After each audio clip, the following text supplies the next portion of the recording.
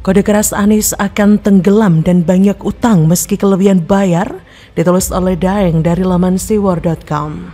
Kabar buruk kalau Anies Baswedan memang bakal gagal mendapatkan tiket Capres 2024. Ini kabar buruk sekaligus kabar yang aneh. Ini kabar yang sepertinya nggak masuk di akal.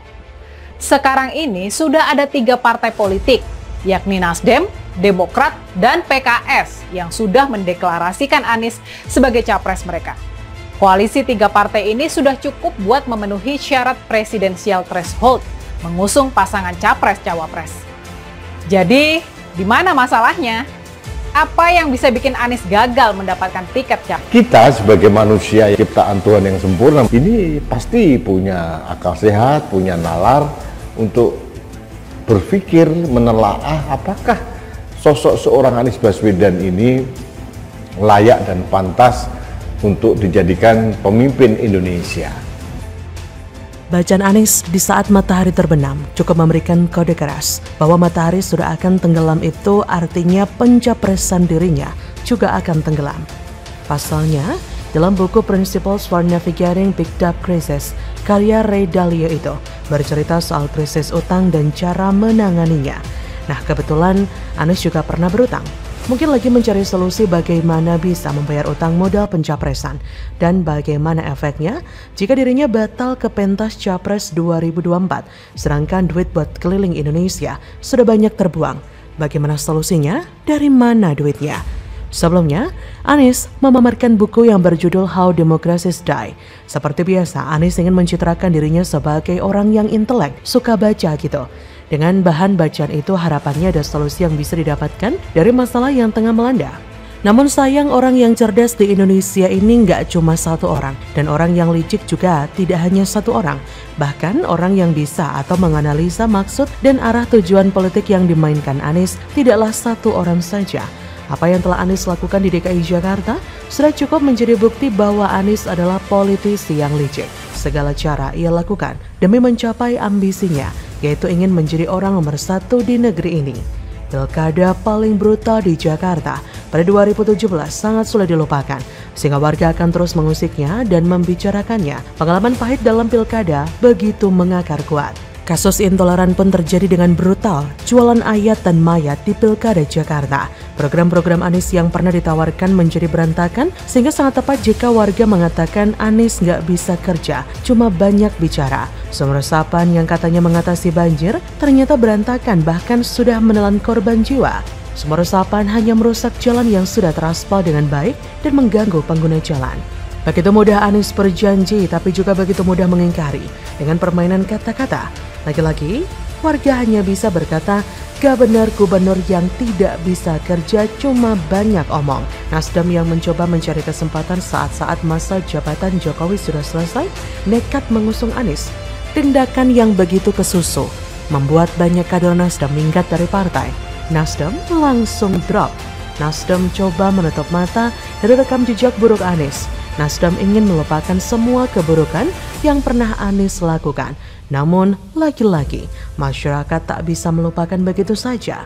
Dan kini Nasdem bingung akan berkoalisi dengan siapa untuk mendapatkan cawapres bagi Anies. Jika nekat dan memaksakan AHY untuk mendampingi Anies, ini sama saja dengan bundir alias koalisi sia-sia. Karena Surya Paloh tahu betul nilai jual AHY yang hampir tidak ada nilai jualnya, kecuali cuma 0, sekian.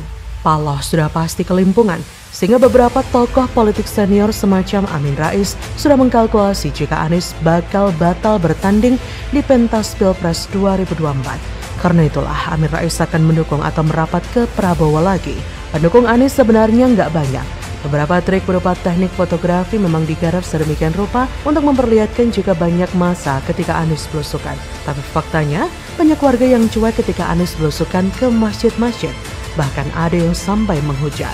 Para pendukung Anies banyak di kantong-kantong tempat PKS berkuasa seperti Jabar, Banten, dan Sumbar. Jadi masih kalah jauh dengan Ganjar yang menguasai Pulau Jawa. Faktanya, Ganjar adalah orang Jawa asli, sedangkan Anies ada campuran Arabnya. Ini artinya Anies harus semakin licik dan semakin bulus untuk bisa mengalahkan Ganjar. Kalau memang nubuat bahwa yang menjadi pemimpin negeri ini adalah orang Jawa, maka Anies harus terus berupaya selicik mungkin untuk bisa mematahkan nubuat itu. Tentu saja, tidak semudah itu Anies akan melakukannya. Sampai-sampai Anies harus mengaku sebagai orang Jawa. Mungkin Anies pikir bahwa nubuat itu bingung. Semenjak Anies menjadi gubernur Jakarta, pola-pola kebohongannya yang dibalut kata-kata tidaklah berubah. Masih menggunakan gaya lamanya. Atau memang begitulah aslinya Anies. Sehingga jika masih menggunakan cara itu, tidak akan bisa mengalahkan Ganjar Pranowo. Gaya licik Anies hanya bisa efektif jika lawan politiknya adalah orang seperti Ahok. Ya, orang seperti Ahok yang paling empuk dijadikan lawan politik bagi Anies yang dulu sudah pernah menggunakan cara brutal untuk memainkan SARA di Pilkada Jakarta. Tapi tidak demikian dengan Ganjar. Lawan paling sulit yang akan dihadapi Anies adalah Ganjar. Kalau Prabowo lawan Anies, maka Anies masih bisa menjatuhkan Prabowo. Ada banyak celah yang bisa Anies gunakan untuk menjatuhkan Prabowo. Dan itu mudah saja bagi Anies. Maka dari itulah, bacaan Anies di saat matahari terbenam cukup memberikan kode keras bahwa matahari sudah akan tenggelam itu artinya pencapresan dirinya juga akan tenggelam. Pasalnya dalam buku Principles for Navigating Big Debt Crisis, kayak Ray Dalio itu bercerita soal krisis utang dan cara menanganinya. Nah, kebetulan Anies juga pernah berutang. Mungkin lagi mencari solusi bagaimana bisa membayar utang modal pencapresan. Dan bagaimana efeknya jika dirinya batal ke pentas Capres 2024, sedangkan duit buat keliling Indonesia sudah banyak terbuang. Bagaimana solusinya? Dari mana duitnya? Kebetulan penulis Ray Dalio ini merupakan salah satu investor sukses di dunia. Jadi beliau bukan politisi, justru politisi seperti Anies yang membutuhkan nasihatnya. Bagaimana bisa membayar utang tanpa kelebihan bayar? Bagaimana menurut Anda? Sering belusukan ke pesantren tidak ngaruh, kalah populer. Survei membuktikan kalangan santri ogah milih Anies. Maka yang paling penting itu nggak bicara siapa pemimpinnya, tapi bagaimana terus merajut persatuan, ya kan? Nah, menyampaikan ide, menyampaikan pikiran, menyampaikan visi misi, menyampaikan program untuk NKRI.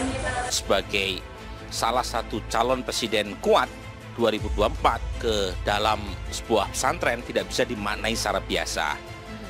Apalagi kita tahu PWNU Jawa Timur adalah kandang dan basis NU, organisasi terbesar se-Indonesia, bahkan sedunia dalam konteks jamaah umat Islam. Ya. Jadi ada 48% orang Indonesia yang merasa dekat dengan NU. NU menjadi kekuatan elektoral yang luar biasa. Anies Baswedan dan Nasdem sangat sadar akan keadaan mereka yang belum cukup kuat untuk bertarung di Pilpres. Oleh karena itu, Anies dan Nasdem terus berjuang dengan melakukan safari politik ke berbagai daerah di Indonesia, seperti melakukan berbagai kunjungan ke pondok pesantren. Popularitas Anies di kalangan santri tampaknya belum begitu tinggi. Hal itu disebabkan oleh rendahnya persentase pemilih Anies di kalangan tersebut. SMRC pun menyebut justru Ganjar Pranowo lah yang bisa memenangkan hati para santri. Terbukti dari survei 52,4% santri muslim di Jawa, 60% memilih Ganjar, 20% memilih Prabowo, dan 15% memilih Anies. Sisa 5%-nya terpantau belum menjawab. Sementara itu, pilihan kelompok abangan juga lebih dominan kepada Ganjar 58%. Anies Prabowo cuma memperoleh masing-masing 14% dan 11%. Sisa 16%-nya memutuskan untuk tidak menjawab. Selain itu terdapat 59% kalangan priayi yang memilih Ganjar, 0% memilih Prabowo, 19% memilih Anies, 22% tidak menjawab. Ganjar didukung oleh mayoritas santri, abangan, dan priayi, kata pendiri SMRC Saiful Mujani. Berdasarkan data ini, Saiful menyebutkan bahwa perbedaan santri, abangan, dan priayi dalam pemilihan presiden tidak penting. Baik yang santri, abangan, atau priayi di kalangan Muslim Jawa sama-sama dominan memilih Ganjar. Studi mutakhir yang dilakukan oleh Saiful Mujani ini menunjukkan jika masyarakat Muslim beretnis Jawa, kelompok warga yang mengidentifikasi dirinya sebagai santri semakin dominan. Namun, santrinisasi kultural dan sosial tersebut tidak muncul dalam bentuk santrinisasi politik. Dalam pemilihan presiden, mayoritas atau 60% warga Muslim Jawa yang mengaku santri memilih kader partai PDIP Ganjar Pranowo. Guru Besar Ilmu Politik Universitas Islam Negeri tersebut menjelaskan bahwa tipologi priayi, santri, dan abangan adalah konsep antropologis. Itu merupakan hasil penafsiran dari Clifford Geertz terhadap gejala keagamaan Muslim di Jawa. Penjelasan itu didasari Saiful bahwa ada keyakinan dari para ilmuwan kalau tahun 50-an yang dominan justru kelompok abangan walaupun tidak ada survei ketika itu. Namun ada semacam keyakinan bahwa saat itu kelompok abangan lebih besar daripada santri. Ia berkata, buktinya adalah bahwa di dalam pemilu 1955, pemenangnya adalah Partai Nasionalis Indonesia. Di Jawa, partai yang dominan ketika itu adalah PNI dan PKI. Sementara Partai Islam Masyumi dominannya di luar Jawa, terutama di Sumatera. Sementara itu pada survei SMRC yang dilakukan Desember 2022 menunjukkan Ketum PKB Muhaimin Iskandar menjadi tokoh Nahdlatul Ulama paling kompetitif untuk maju dalam Pilpres 2024. Caimin memperoleh elektabilitas tertinggi dengan suara sebesar 18,2%. Selain Caimin, SMRC memasukkan nama Mahfud MD, Menko Polhukam, karena rekam jejak di sektor politik yang cukup lama. Mahfud juga pernah aktif di PKB pada masa Gus Dur. Dalam survei, Mahfud MD menempati peringkat kedua dengan suara sebesar 18%. Adapun posisi ketiga diisi oleh Gubernur Jatim Khofifah dengan suara sebesar 15,4%. Khofifah dimasukkan ke dalam daftar tokoh NU karena selain menjabat sebagai gubernur, Khofifah juga pernah aktif di PKB di masa Gus Dur. Kata pendiri SMRC tersebut, 3 nama teratas Muhaimin, Mahfud, dan Khofifah memiliki dukungan publik yang seimbang. 3 nama tersebut memiliki tingkat kedekatan yang sama dengan pemilih. Jadi bagaimana menurut Anda?